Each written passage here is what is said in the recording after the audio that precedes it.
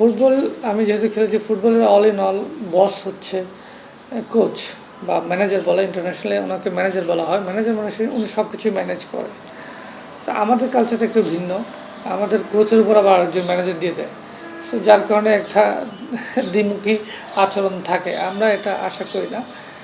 Internationally coach manager একজনে হবে, যে অল ডিসিশন মেক করবে উনি। সো এখানে আর্থিক কিছুটা জটিলতা আছে। অলরেডি আমাদের মাননীয় যুব ক্রীড়া প্রতিমন্ত্রী মহোদয় আমিনুল হক ভাই অলরেডি আশ্বস্ত করেছেন ফাইন্যান্সিয়ালি উনি সাপোর্ট করবেন।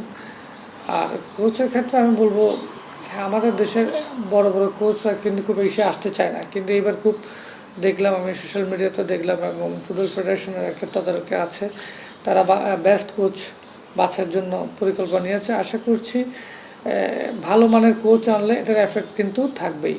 আর আমাদের এখন কিছু ভালো প্লেয়ারও যুক্ত হয়েছে। হামজার মতো ইংলিশ প্রিমিয়ার লিগ খেলা প্লেয়ার যেহেতু আছে, তাদেরকে গাইড করার জন্য একজন স্ট্যান্ডার্ড কোচ যিনি বিশ্বমঞ্চে অলরেডি পরীক্ষিত, এই ধরনের কোচ আনলে আমাদের দেশের ফুটবল ডেভেলপ হবে।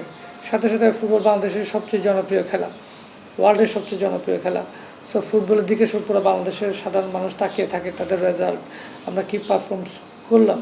সো ফুটবল ফেডারেশনের আরও একটু তদারকি করা উচিত এবং তারা, আমি মনে করি, আরও একটু সিরিয়াসলি এগুলো দিক বিবেচনা করা উচিত।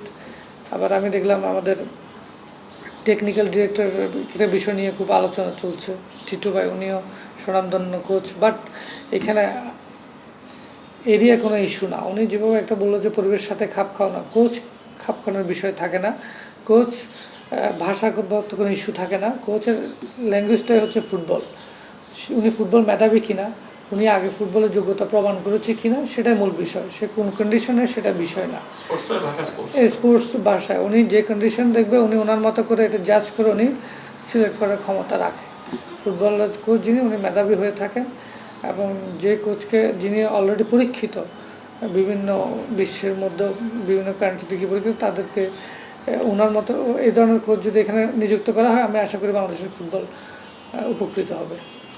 একটা বিষয়, বাংলাদেশের ফুটবলে যে ফরেন প্লেয়াররা আসতেছে, বাংলাদেশে যে প্লেয়াররা আসতেছে, যারা বিদেশে বেড়ে ওঠা প্লেয়াররা এরা আসতেছে, তো এইটার পেছনে দর্শক আসলে কতটুকু ভূমিকা রাখতেছে আপনি মনে করেন? যে প্রত্যেকেই তো, আপনি খেলোয়াড় ছিলেন, আপনি খেলোয়াড় হিসেবে আসলে সবাই তো চায় আমি আমার অনেক ভক্ত থাকবে, মানুষ আমাকে অনেক মনে রাখবে, আমার ফ্যান্স ফলোয়ার থাকবে, যেটা আসলে প্রত্যেকটা মানুষই একটা সময় চায়। আপনার প্লেয়ারের ক্ষেত্রে এটা আরো বেশি থাকে। সো এই যে বড় বড় প্লেয়ার আসার ক্ষেত্রে, ভালো ভালো কোয়ালিটির প্লেয়ার আসার ক্ষেত্রে এটা কতটুকু ভূমিকা রাখতেছে? এবং এখন যে কোচের ক্ষেত্রে আপনি কি মনে করেন কিনা যে কোচের ক্ষেত্রেও এই বিষয়টা অনেক বড় ভূমিকা রাখতেছে কিনা? যে কোচও দেখেছে বাংলাদেশের ফুটবল ক্রেজটা মানুষ কত আপন করে নেয়। এখানে আমি একটু সমালোচনা করতে হয়। বাংলাদেশে একটা আছে না, আমরা প্রফেশনাল এখনও গ্রো হইনি। নামে বলে আমরা প্রফেশনাল খেলা চলছে, প্রফেশনাল প্লেয়ার, বাট বাস্তবিক অর্থে আমাদের এই যে প্রফেশনাল একটা সিস্টেম ডেভেলপ করে, যেমন একটা প্রফেশনাল ক্লাবে তাদের নিজস্ব মাঠ থাকবে, তাদের একাডেমি থাকবে, তাদের ইয়ুথ টিমগুলো থাকবে, তাদের ফ্যান বেস থাকবে, তাদের দর্শকের সাথে ক্লাবের সাথে একটা সমন্বয় থাকবে। প্রত্যেকটা টিমের এইভাবে কালচার হয়, বাট আমাদের দেশে তা নাই। আমাদের দেশে কয়টা ক্লাবের আপনি নিজস্ব মাঠ দেখবেন বা হোম ভেন্যু দেখবেন? হাতে কোনো 2-1টা ক্লাবের নিজস্ব মাঠ থাকতে পারে, একটা হয়তো ভেন্যু আছে। বাট এই ধরনের না হলে কিন্তু প্রফেশনালিজম গ্রো করে না।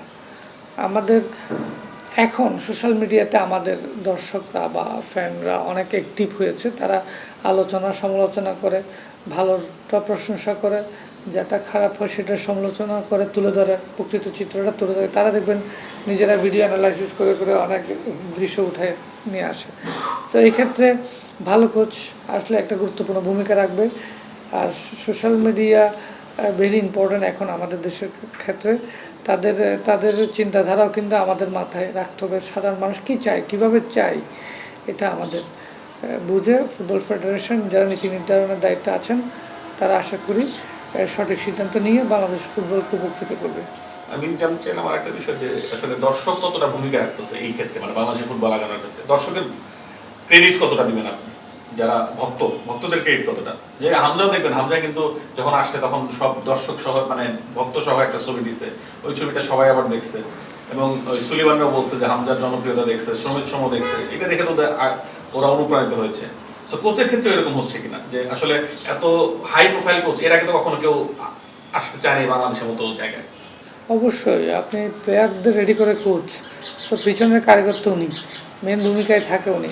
সো হাই প্রোফাইল কোচকে কিন্তু আসলে not only high profile coach আসলে শুধু দেশে দর্শক না, পুরো ইন্টারন্যাশনালি কিন্তু চোখ থাকে যে এই কোচটা বাংলাদেশের কোচের দায়িত্বে আছে। সো এটা ইন্টারন্যাশনাল মিডিয়াও ফোকাস মানে আমাদের দর্শকের ভূমিকা কতটুকু এটার ক্ষেত্রে? হ্যাঁ, দর্শকের ভূমিকা অন্যতম, সমর্থকদের ভূমিকা সবচেয়ে বেশি। কারণ আপনি ইউরোপ আমেরিকায় দেখবেন, ল্যাটিন আমেরিকা যেগুলো আছে, আপনি যখন ইউরোপিয়ান ফুটবল দেখবেন যে দর্শক ভরপুর, দর্শকের কারণে তো খেলার স্পিডটা বাড়ে। তো বাংলাদেশেরও দর্শক এখানে গুরুত্বপূর্ণ ভূমিকা রাখছে। দর্শক ছাড়া তো আপনি মাঠে যদি দর্শক শূন্যতা থাকে, তখন ওই খেলা আপনার নিজেরও দেখতে ভালো লাগবে না, উপভোগ্য হবে না। সো খেলাধুলা তো অ্যাকচুয়ালি আয়োজনই করা হয় দর্শকদের জন্য, দর্শককে বিনোদন দেওয়ার জন্য। সো এখানে দর্শকের অ্যাটাচমেন্টটা ভেরি ইম্পর্টেন্ট। দর্শকরা ভালো ফুটবল দেখলে এমনি মানমুখী হবে। ওইতে যে আপনি ভালো কোচ বলেছেন, হাই প্রোফাইল কোচ থাকলে ওনার খেলা কিন্তু ছাপটা থাকবে, খেলার মধ্যেই ছাপটা থাকবে। সো দর্শক মানে এই আগ্রহের কারণে কি কোচ আগ্রহী হচ্ছে আপনার মনে হয়? অবশ্যই দর্শকরা খুব চাচ্ছে। দর্শকের আগ্রহ প্রকাশের কারণে আমাদের ফুটবল ফেডারেশনও নড়ে পড়ে বসেছে। আগে তো আমাদের দেশে দেখেছেন কোচ নিয়োগের ক্ষেত্রে কখনো ওপেন কোনো বিজ্ঞপ্তি বা কোনো কিছু দেয় না, কোচের ভিতরে ইন্টারনাল কথা বলে তারা কোচ সিলেক্ট করে ফেলতো। এখন তারা ওপেন করে তারা কোচ নিয়োগের প্রক্রিয়ায় আছে। সাথে সাথে আমি দেখলাম যে নেইমারের এই এজেন্ট যিনি আছে বা নেইমারের বাবাও এটাতে সহযোগিতা করার জন্য প্রস্তুত আছে। দ্যাট মিনস করছে, আর কত দূর এটা রিচ করেছে এটা তো একটা ইম্পর্টেন্ট ইস্যু আছে। সো আমি আশা করব যে একটা হাই প্রোফাইল কোচ বাংলাদেশের সাথে যুক্ত হবে। এখানে যুব ক্রীড়া মন্ত্রণালয় সহযোগিতা করবে উইথ বাংলাদেশ ফুটবল ফেডারেশনের সাথে একত্রিত হয়ে। ওইখানে আপনার ফুটবল ফেডারেশনের প্রেসিডেন্ট তাবিদ আওয়াল রয়েছেন, উনিও গুরুত্বপূর্ণ ভূমিকা রাখবেন। সাথে সাথে বাংলাদেশের যারা সাপোর্টার আছে তাদের মন রক্ষা এবং সাধারণ যারা মানুষ আছে, দর্শক আছে বা যারা ফুটবল লাভার আছে, তারা বাংলাদেশের ফুটবল দেখে আনন্দ পাবেন, এটাই আশা করছি। এই ফুটবলের যে জনপ্রিয়তা ফিরতেছে, এটা আপনার কেমন লাগতেছে আসলে অ্যাজ এ ফুটবলার? অবশ্যই ফুটবল তো আমাদের প্রাণের খেলা, যেটা আমি নিজে খেলেছি। আমরা সাফ গেমসে গোল্ড মেডেলিস্ট আমরা টিম হিসেবে নিয়ে এসেছি। এরপর আর কোনো সফলতা নেই ফুটবলের। তো আমরা আশা করি বাংলাদেশ সাফ জিতবে, তারপরে এশিয়ান স্ট্যান্ডার্ড হবে, এশিয়ান লেভেলে ভালো অবস্থায় থাকবে, দেন ধাপে ধাপে একদিন ওয়ার্ল্ড কাপ খেলবে। এই ধারাবাহিকতা থাকবে, এটাই আশা করছি।